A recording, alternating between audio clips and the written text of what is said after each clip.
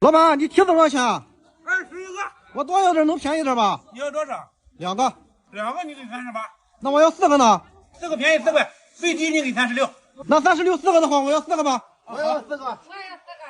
都要4个。哎呦，那可以，我给你们现卤，能等得起吧？等到天亮我都等。没想到你还是个忠实的大客户。那必须忠实。我饭也不吃了，我先给你干。你这吃的啥？水饺、冻肉、豆沫。你这豆沫咋卖的？1块钱一碗。给我来一碗。那你先吃这碗吧，我还没吃。